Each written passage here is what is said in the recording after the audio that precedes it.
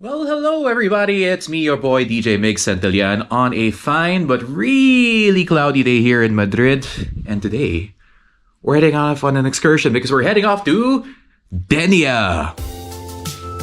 Right off the bat, Dénia is a beautiful historic city located off the coast of the Mediterranean Sea. Situated about halfway between the cities of Valencia and Alicante, this quiet coastal city is well known for its tranquil vibes, gastronomic offerings, history as a toy-making town, and its historical Moorish castle, the Castle of Dénia. From our home in Madrid, getting to Dénia isn't as straightforward as getting to major cities like Barcelona or Seville. You'll first need to take a train to either Valencia or Alicante, then continue the rest of the journey by bus. So, after hopping on a high-speed train at Chamartin station and a quick stopover in Valencia, I was on my way to Dénia. Of course, this also happened to be the Lechonk Community Day on Pokemon Go, so I kept myself entertained all the way to my destination. Hey look, a shiny! Eventually, after a 20-minute walk from the bus station, I arrived at my hotel, El Rasets, right by the Dénia Marina. Now, while it's a great day to explore Dénia on this gorgeous Saturday, I know it started raining earlier, but you know what? It's a gorgeous Saturday now here. The thing is, I have about an hour to get dressed because I've got a wedding to go to. After taking a little time to refresh and change into my suit, it was time to get to the wedding venue. This place, called Casa Benigalip, was about 20 minutes away by car, close to nearby Pego, so thankfully, I had Kuya Ronnie to get me there safe and sound. By the way, if you're ever in Valencia, he and his wife own a Filipino restaurant called Neneng Bar, so swing by if ever you're in the area. And tell them that Meg said hi. Now that I was at the venue, it was time to get this party started for newlyweds, Dylan and Ines.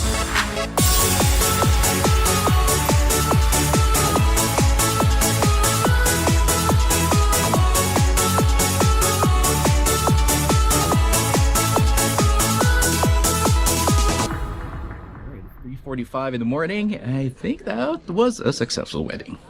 Alright, so now that that night's over, let's go check out Dénia. So Dénia itself isn't too large of a city, so hitting all the major sites can be done within a day, if you don't mind walking. After checking out of my hotel, my first stop was Els Magazinos, a lively gastronomic market located in the old town where you can grab tapas, cervezas, and other delicious delights. Most of the Els Magazinos area is open air, so you can enjoy your meals with a cool sea breeze and warm Spanish sunlight. With a wide variety of stalls and restaurants, Els Magazinos offers a vast smorgasbord of different dishes that'll surely satisfy everyone's taste buds. Also, while you're here, don't forget to check out the exhibit on Dénia's toys, of course, from Dénia's toy-making past. Now after a quick snack, it was time to see Dénia's main claim to fame, its most prominent feature, the Castle of Dénia. Tracing its roots back to the Islamic period between the 11th and 12th centuries, the Castle of Dénia is perched atop a hill overlooking the city's harbor. Having undergone multiple renovations and improvements over the centuries since, the castle now holds the distinction of being the highest point in all of Dénia. It features high walls, fortifications, and several towers overlooking the city. It's a mixture of both Islamic and Christian architecture, with some ancient Roman thrown in, showcasing the rich history of Dénia as a coastal Mediterranean city. If you want to check it out, tickets are €3 per adult, and it offers breathtaking views of the city, as well as a museum in one of the towers, showcasing various relics from the castle's centuries-long history. If I understood the lady at the ticket booth properly, there are two ways to climb the castle. One is on the other side. I didn't take that one. That looks like a newer entrance. This is the old way up. And because I'm me, I decided to take the old way up. Fair warning. If you don't do cardio, don't take this way. That's a good fair warning to myself as well.